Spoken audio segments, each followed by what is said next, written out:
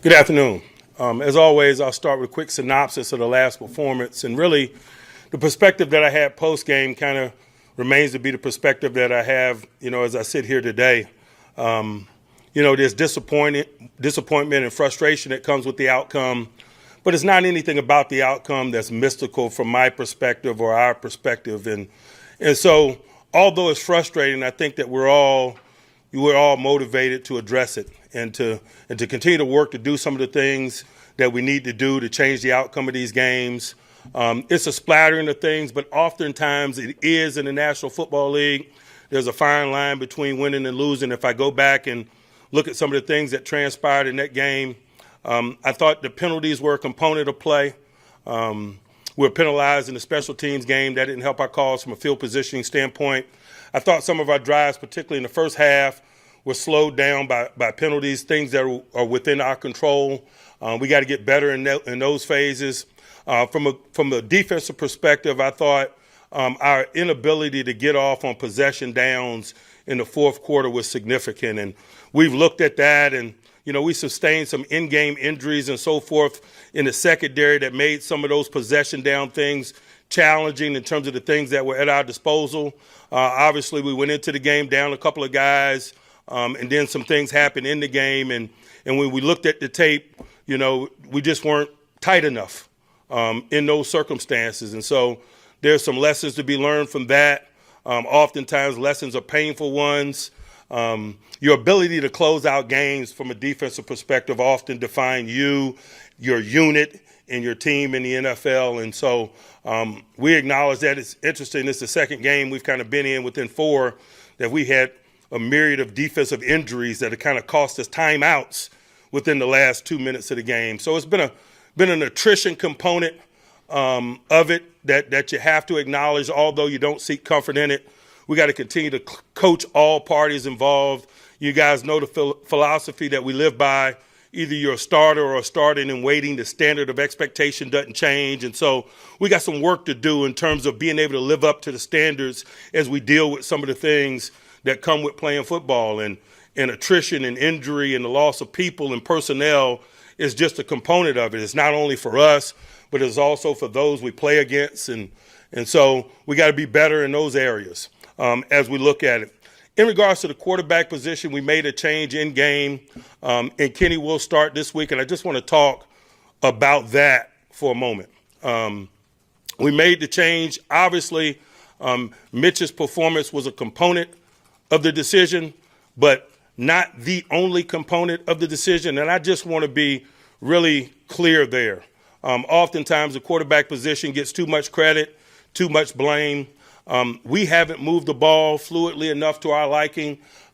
We hadn't put enough points on the board.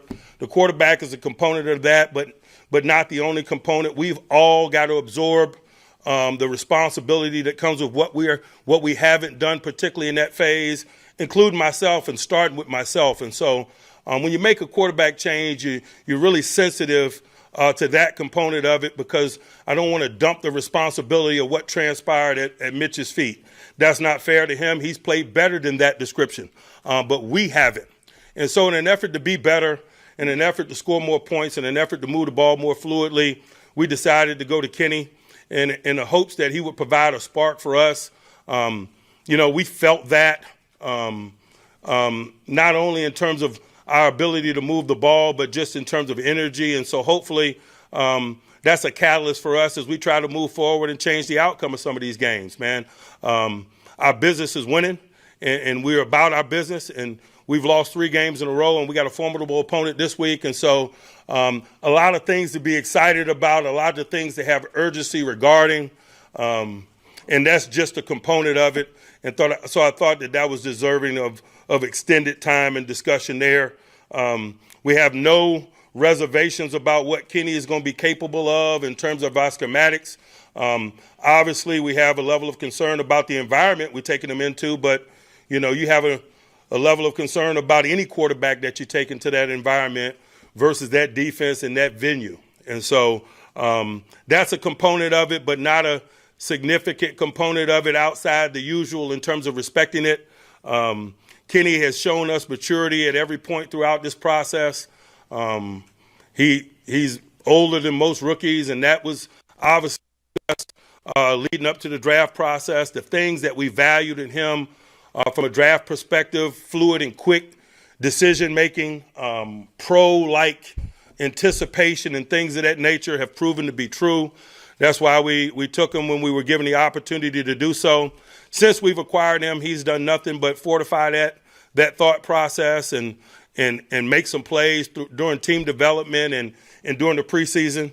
And he's continually gotten better even after the regular season has started. Those of us that are here day to day from a practice standpoint know and understand that and see the progress and equally as important, see his mature and professional approach to readiness. And so we're excited for him and about him, but we got work, all of us. It's a collective. We're all responsible. And so we prepare with an edge knowing that. And from an injury standpoint, got a few things to talk about. Witherspoon, you should anticipate him still being out. We got some other guys monitoring some health-related things. Edmonds is in the concussion protocol. Mika has a knee that needs to be managed and watch him progress throughout the week. Cam Sutton has a groin, a hamstring, and Cam Hayward has an elbow and an ankle. So we got some things to manage. But I don't necessarily view that as a negative, to be quite honest with you. It might minimize these guys some during the week, but what it will do is provide more reps for those that are playing in place of them. And oftentimes when things happen in game, those guys that are playing in place of people aren't afforded the opportunity to ready themselves. And so I'm going to view it as a positive. I'm going to focus our energies on the guys that are working. We're going to remain hopeful about the inclusion of these guys, and we're going to let their participation and the quality of their participation as we get toward the latter part of the week be our guide in terms of determining whether or not they'll be available to us. In the meanwhile, man, we're really going to focus on some of these guys that get an opportunity to elevate and participate and make sure that they're on the screws. We got the type of detail and communication we need from them to put together a good collective in an effort to go up there and do the job. Man, we've been in this environment before. We've been in stadiums versus this group a lot here in recent years. We know them. They know us. The venue is a component of the matchup. We opened up there last year in week one. On the offensive side of the ball, you better deal with Josh Allen and his unique skill set. He's an elite passer. He's an elite runner or creator. It's challenging. It's simple mathematics, you know. They got some receivers like Diggs that require attention that could mean two people, whether it's zone or man schematically. Anytime you're facing a quarterback like Josh, oftentimes it means 5 rushers. And so do the math, man. When you got that type of talent on the perimeter, when you got that type of talent in the pocket at quarterback, it makes defense challenging. You wish you could utilize 12 or 13 guys. We don't, so we got to be thoughtful about how we deploy our 11. We got to change some things up. We got to keep them off balance. We got to know what it is that we're doing. If we're out of place, there's going to be consequences for it. That's just the reality of it. And so we got some challenges on that side of the ball. On the defensive side of the ball, talking about Buffalo's defense, man, they got quality players in their front. The acquisition of Von Miller is obviously significant, but they've had some high-quality guys. They've drafted guys high in the draft there for a long time up front and built their unit that way on the second level. You can't say enough about Milano and Edmonds, man. They're all situations players. They make plays for them at all levels. They blitz, they cover, they run game tackle sideline to sideline. They got a veteran secondary from a safety tandem and nickel perspective. There's some changeover at corner, but they're doing things very similar to how they've done it in the past. Johnson is significant at the nickelback position. They play nickel versus almost all personnel groups, and that speaks to the versatility and the confidence that they have in Johnson.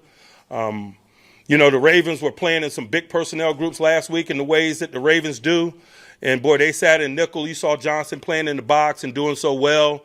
He could cover wide receivers. He can cover tight ends. He can fit in the run game. That versatility, along with the versatility at the safety position. DeMar has played really good for him back there at the safety spot. They've got continuity. They know what it is they're doing. They communicate well. They minimize big plays. For example, through 4 games thus far, they've given up, I think, 6 runs of 10 yards or more and 10 passes of 20 yards or more. That's got to be kind of tops in the league. They minimize chunks. They make you earn it. You better stay on schedule. You better not be highly penalized. Those are some of the things that we're talking about as we formulate our plan here at the early stages. But again, none of it will be kind of a surprise. They do what it is they do. I'm sure they'll say similar things about us because we've just been in the stadium against each other so often here in recent years. It's like a division game, if you will. I know we're going to have that level of urgency. I know we're going to have that level of respect for the environment that the Bills Mafia is capable of creating. And so I'll pause there, man, and open it up for questions. Mike, last week here you had said that, you wanted the guys to tune out the noise, remain committed to the plan. Was there any one particular play or plays or incident that you changed the plan? No, I don't know if it's any one particular thing. It's just how I felt and how we felt in game. I think we also talked last week or about, when you're there, how do you know when you're there? And I said, you just kind of know when you're there. And I think that's probably the perspective that I have on the decision-making component of it. When we talked to you after the Cleveland game, you said definitively, no, we're not changing anything. And you said you felt it in the game, but was there any point in the 10 days or how did your thinking change in that? It was just what I outlined over here. We weren't moving it fluidly enough. We need to move it more fluidly. We need to score points.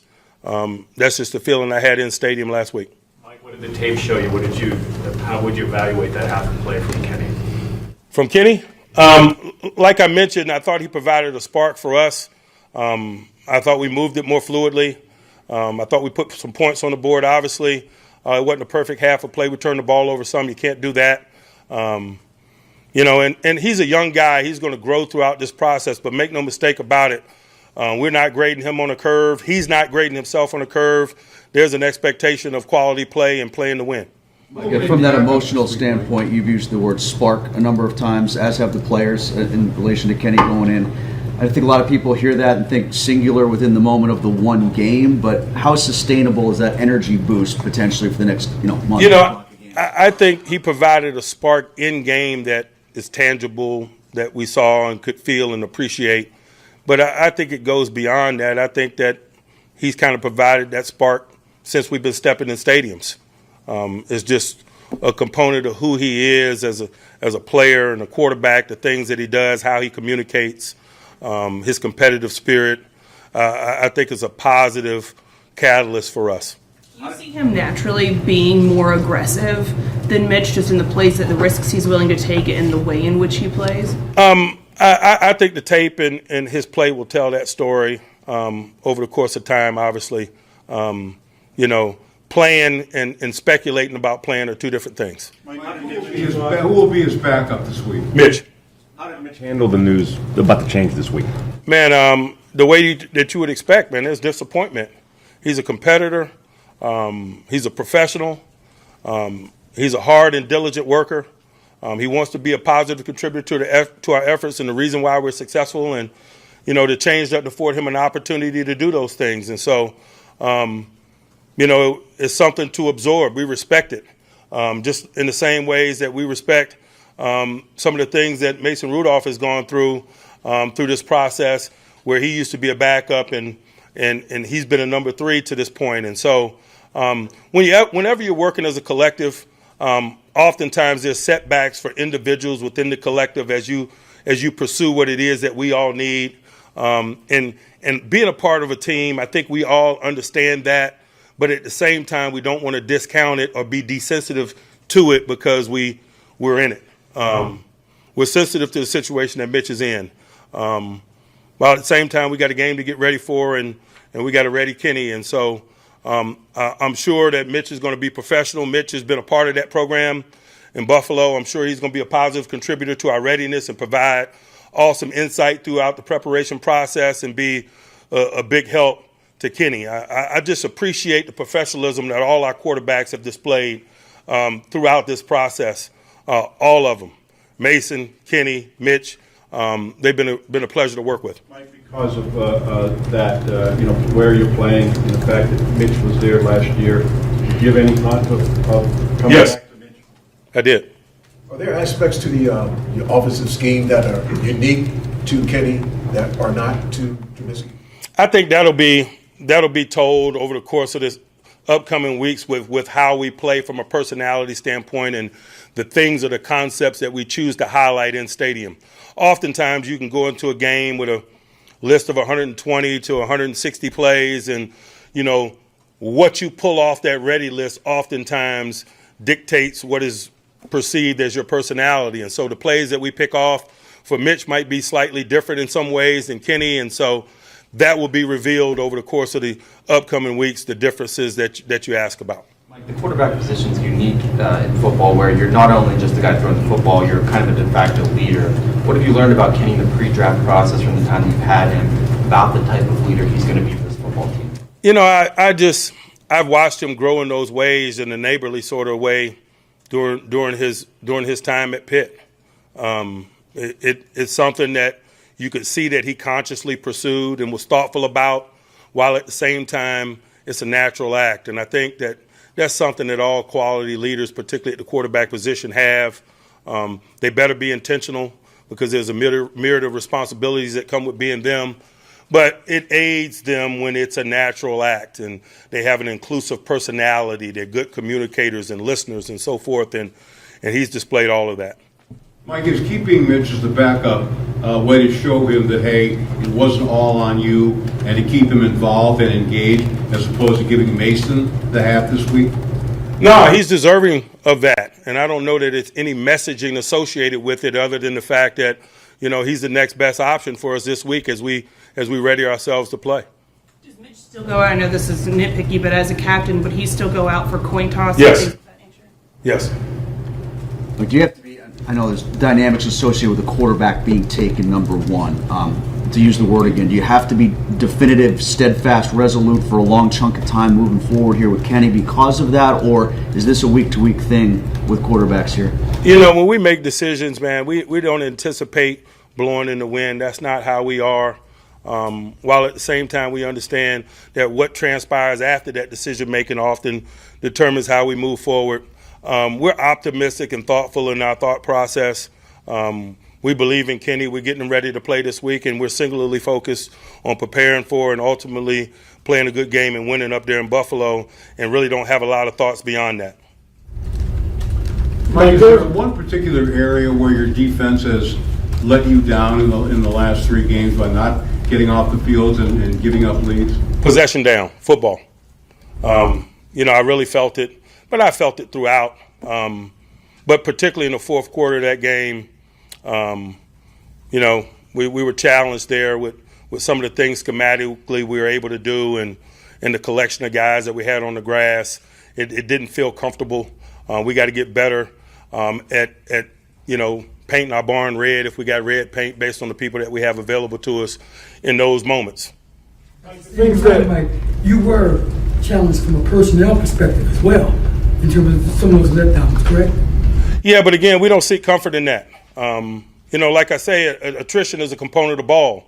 And so you look at the collection of men that you have available to you, and you formulate a plan, and you divide the labor up in an effort to secure victory. And that's our business. And so we don't waste a lot of time lamenting about who's unavailable. I know every time I come into this setting, you guys ask me about TJ's lack of availability and its impact. We can waste all day sitting around talking about the impact of him not being available, just like I'm sure the Rams could sit around and talk about what if, Aaron Donald wasn't available. We better spend our time talking about the guys that are available to us, how we divide that labor up in the best effort to minimize those opponents that we're preparing for this week. We got some big challenges, man. We got guys that merit two-man attention like Diggs. We got a quarterback with big-time mobility that oftentimes includes rushing more than four. And so there's some mathematical challenges I like to describe when you face a group with so many talented components like this Buffalo Bills group. Mike, when you're dealing with Allen and his ability to make plays off platform, specifically there was a play against Baltimore where it was a fourth down and it looked like Oweh and Humphrey both kind of had him dead to rights, and he's able to beat them both. Are there coaching techniques or principles that you can give guys to try to deal with those situations? Yeah, build a fence. Those are his talents. It's just like trying to tackle Lamar Jackson. You know, I was watching them on the other side of the ball deal with Lamar. And when you're dealing with guys at the quarterback position that have arm and leg talent, it's challenging. And so, you know, you can coach all you want about near leg and building the fence and all of those things, but when they get you in one-on-one circumstances, they're going to win a lot of those. They've been winning a lot of those at every level that they've ever played at since Little League, I would imagine. Mike, what has DeMarvin Leal been able to do for you when you put him out there on the edge like you have? He's a big guy that's played in that space. He played in that space at A&M. He's active. He's growing every week. He's getting better. He's got some talent. We're excited about the overall trajectory of Leal. Mike, with the injuries in the secondary, can you discuss how James Pierre has progressed since he lost the job last season? Is he ready to assume a bigger role if there's injuries? We'll see. That's what I mean when I talk about the lack of availability this week from a practice standpoint. When you miss guys in practice, it really gives other guys an opportunity to show their readiness, make some plays, show some detail and communication that's associated with varsity ball. And he's done a nice job. He'll be given an opportunity to display those things this week, along with a guy like Josh Jackson and others. And so we'll put together a formula and see who best represents themselves and does the things that we need them to do during the course of the week. And we'll divide the labor up at the end. Mike, I know that TJ's still in IR and he has a couple weeks left on there, but just what is his progress like at this He's point? on IR. He has a couple weeks still left on there. At safety, if you have without Edmonds and Fitzpatrick, how does that alignment go? Where does Norwood fit in? Does he slot in better at one of those spots? He's obviously one of them. We're going to work all the safeties. If those two guys aren't practicing, all the other ones are working. And so it's not about picking and choosing. All of the remaining safeties will get legitimate work this week, and they'll have an opportunity to show detail and playmaking and so forth, and we'll divide the labor up at the end of the week. Mike, what goes into Kenny Pickett as a rookie coming in his first appearance, being able to make adjustments at the line and calls at the line, whereas it was said that Mitch wasn't given as much liberty to do that earlier in the season? I don't know that I agree with that component of the statement. So what's the question? What goes into him as a rookie being able to make such calls in a game, you know, in his first experience, the practice and the work that he has to do off the field to be ready for that moment? He's football sharp. He works at it. He's mature behind his years. Those are the reasons why we have a level of comfort with some of the things that he's able to do relative to what you would expect from a rookie perspective. Mike, are any of the guys who were placed on IR preseason now eligible to come off, like Austin, like KZ? Would they come off this week? Austin is eligible to come up this week, and by come up, I mean you get an opportunity to start the 21-day window to practice and make judgments from there. How is Calvin Austin progressing, I think, now that he's eligible to come off IR? Again, I think that's what I just gave Stan is the information that I have. He's eligible to come off this week. That starts his 21-day window. The quality of his work and what he's able to do within that window oftentimes determines what you do from there. Mike, when Kenny was debating whether to come out after 20, you know, he decided that he heard his draft stock wasn't that high, so he went back and obviously it paid off for him. What did you see from that year, from 20 to 21, that I don't know that I evaluated it in that way, to be honest with you. I look at who declares for the draft, who's draft eligible, and then I start my process. I get on a moving train from a coach's perspective. Maybe the scouts have a different perspective because they scout in the fall. My process starts in the winter and spring after the season ends, and most of the time decisions are made about whether to enter the draft or not enter the draft, and so I don't waste a lot of time covering or studying guys that have decided to go back to school. Well, I would imagine you would have casually seen components of his play, you know, since he's next door in on Saturdays. Right? Casually, but not so much so that I can draw a professional analysis in the ways that you asked. Where's your comfort level with Gunner and punt return now that he's put 2 balls on the Not very high, to be quite honest with you, man. You can't put 2 balls on the ground in 4 games and feel good about it. 2 is a pattern in the National Football League. You know, we say that often. We say that about runners in ball security. Whether it's 4 games or 8 games or 12 games, 2 in our business is a pattern. And so we got some work there this week and some decisions to make, and he's got to get us to a level of comfort, and we look at some other options as well. Like last week, Najee Harris had some interesting comments where he said, he made a point really to say, I don't want you to focus on the offensive line. It's me that deserves the criticism. How do you evaluate the run game and Najee's performance within it? Improving every single week. But we're not graded on improvement. We're graded on results. And so they need to continue to improve in the ways that they have in an effort to change the outcome of these games. What do you think it is about Von Miller that's allowed him to be so consistent for so long through age and injury? He's Von Miller. You know, some guys are aliens visiting from another planet, you know, and that's just the reality of it. Man, in the National Football League, man, you got to respect all these guys, right? They're all freaky. But some guys are even freaky in our setting.